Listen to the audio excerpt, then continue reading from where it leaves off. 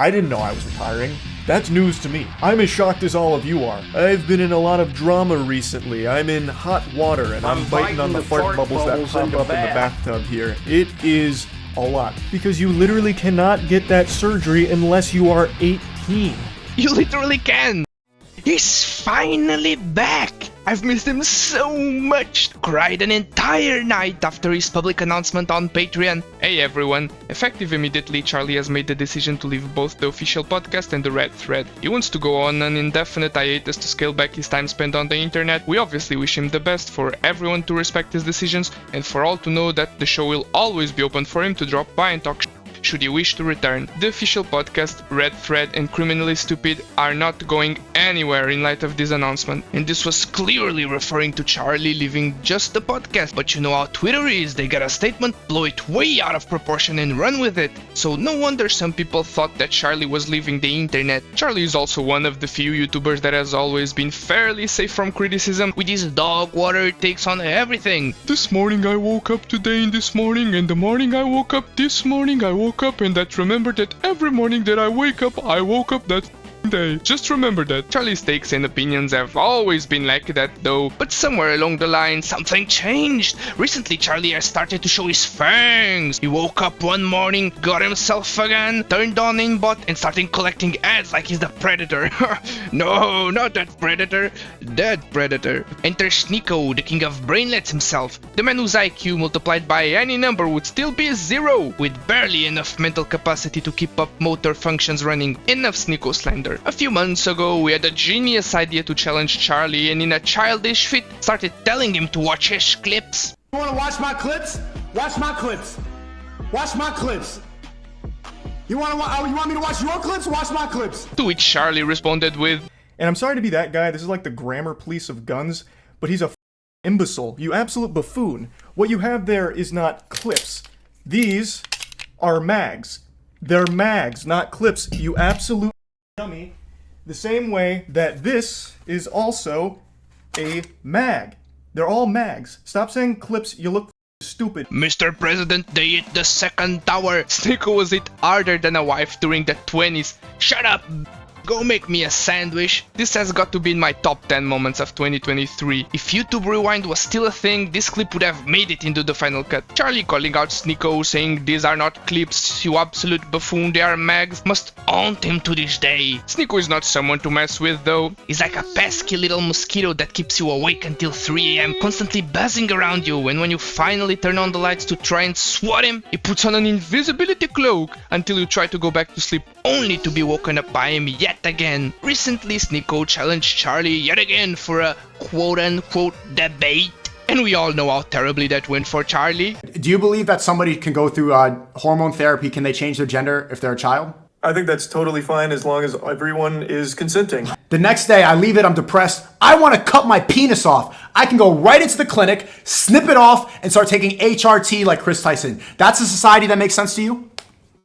It is. I believe everyone has I believe everyone has the right to do with their body what they want to do. I've said this before and I'll say it once again. Don't ever try to argue with dumb people. They'll lower you to their level and beat you with experience. And that's exactly what happened to Charlie. In reality, they both took massive L's. But we're not used to seeing Charlie take L's. Charlie taking an L is like watching your favorite creator being exposed for being a PDF file, since it's something you wouldn't expect to happen in a million years. We've talked about this already. Let children make life-altering decisions when they turn 18. It's a double standard to be in favor of one and not the other, since both Charlie and Sneeko's takes are the same principle, and they both agree with one and not the other, so they are both being stupid. Child marriage is as impactful and harmful for the children as hormone replacement and gender affirming surgery. I mean, you can always write your opinions in the comments down below. I'll try to respond to as many as I can, but I'm going over this topic fairly quickly since we've discussed it already in one of my previous videos. Overall, it's been a terrible week for Charlie. First the Sneeko debate, then the Eva Tyson situation and people demanding he'd make a statement about it, then he gets taken out of context and people start thinking that he'll leave the internet, then he comes back and everyone gets mad at him because he lied, but he didn't actually lie. People just took him out of context. What a big mess this is, I'll tell you that. Listen Listen, Charlie is practically a fossil of the internet. He's been here forever. He's like those persistent programs that come pre-installed with Windows, so I don't think he's going anywhere. Chances are that he'll probably upload his conscience into the internet and become part of the cloud so he can keep being a part of YouTube even after we're all gone. Either that or someone makes an AI version of him so he can quote-unquote live forever. When the announcement of his departure from the podcast came out, it didn't even come across my mind that he was leaving his actual channel. Like the announcement says, Charlie has made the decision to leave both the official podcast and the red thread. He doesn't say anywhere that he's leaving anything other than the podcast. I've been watching the red thread for a while now, and it's sad that he's leaving since he was such an integral part of the show, and his departure will have a massive impact on the show. But it is what it is.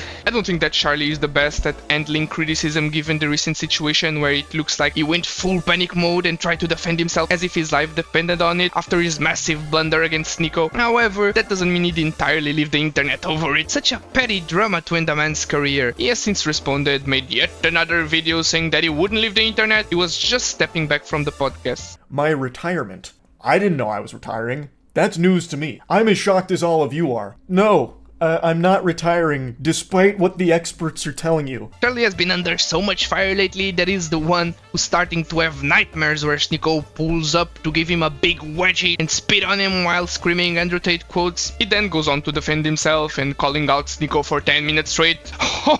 Whoa, what a shocker! Sneeko's a dumb idiot who shapeshifts his opinions like the four seasons. Oh, it's summer! I guess that I'll change my entire set of beliefs into something completely different than last month's. Sneeko has changed his beliefs more times than the amount of shirts I have in my closet right now. He's dumb. No way. I don't believe it. The man will defend cuties until his last breath. No, he's so smart. The second coming of Stefan Hawking. After his yapping sesh, Charlie finally addresses the big elephant in the room. I've always said that I believe conversations are the most productive because debates always devolve into what side can score the most points by explaining their thought process even if the position is wrong. So, obviously, I was unprepared for a debate. Well, he would need to be prepared for a debate that he said that he was against letting children take hormone blockers and reassignment surgery. I guess that a percentage of his audience would get mad. But the thing is, it's a big double standard to allow children to make one really difficult, impactful life decision and not the other. You're either in favor of both or you're against both. And I can already hear the crowd boo. Calm down, chill, listen. Let kids wait until they're at least 18 so they can start making those choices. I'm not against hormone blockers, gender reassignment surgery, or even marriage. I'm against all of them, however, when it comes to children. End of conversation. If you're in favor of hormone blockers in children, you're also in favor of child marriage. Either that, or you've got pretty big double standards since both problems pertain to children making hard decisions with long-lasting, life-altering consequences. At 12 years old. If the kid is physically mature, the parents consent, both parties are A happy. 12-year-old being physically mature. If that's the only line that actually makes sense. Again, I don't think a 14-year-old can ever be physically mature. Even though they literally can. Yes, a fully mature 12-year-old. Keep on dreaming, bucko. My god, you can hear the stupidity seeping out from Sneeko. Ah yes, the legendary 12-year-old with a fully developed prefrontal cortex, the one in a gazillion. How did Charlie manage to stoop down to this level? How, Charlie? How and why? You absolute buffoon. Well, Charlie was on the right here, clearly. No one on their right mind would be in favor of child marriage unless they are Dr. Disrespect or Dr. Chris Respect. Eddie Dimpy into the mix, Cody Cole maybe, and you start seeing a picture forming. They should all be in the registry. But now, since I wasn't holding him to this topic or making sure it stayed on the topic I thought we were talking about, it went all over the place with a ton of different things, but the big one, and this is what most people have focused on, which was my response to his question about kids transitioning. And this is where all hell broke loose. Charlie completely put his foot on the mud here, face planted into a huge steamy pile of shit. He said yes. Is it okay if a 9-year-old goes to a doctor and gets their cut off right then and there? And when posed with that question, I replied with yes. I thought he was talking in hyperbole. I thought he was just exaggerating, being over the top, talking about the entire subject of transitioning. I had no idea that any living, breathing human being actually thought that that's how transitioning works. Well, Sneeko was not talking hyperbole. He set up a bear trap and Daddy Moist fell right for it. It was a mistake. I'm sure that after Charlie clarified it on this video, at least some people understood that he did not meant it. Because you literally cannot get that surgery unless you are 18. You literally can! In Canada, you only need 1 year of testosterone, 1 letter from your doctor, and your parents' consent, and you can do it before you're 18. However, I'm sure that some back alley doctors will perform surgery without any doctor's letter or testosterone or 18 years of age or whatever else. Listen, Charlie isn't well versed enough to hand out his opinion on the matter. I won't act superior and say that I am super well informed on it either. I did some research, but that's barely scratching the surface. So what do you do when you're not well versed enough on a certain topic? You don't debate it, or else you might end up like Charlie over there. Either way, we circle back to the beginning of what I've said multiple times throughout the video. Protect the children! They aren't fully developed yet to make hard decisions with long-lasting, life-altering consequences.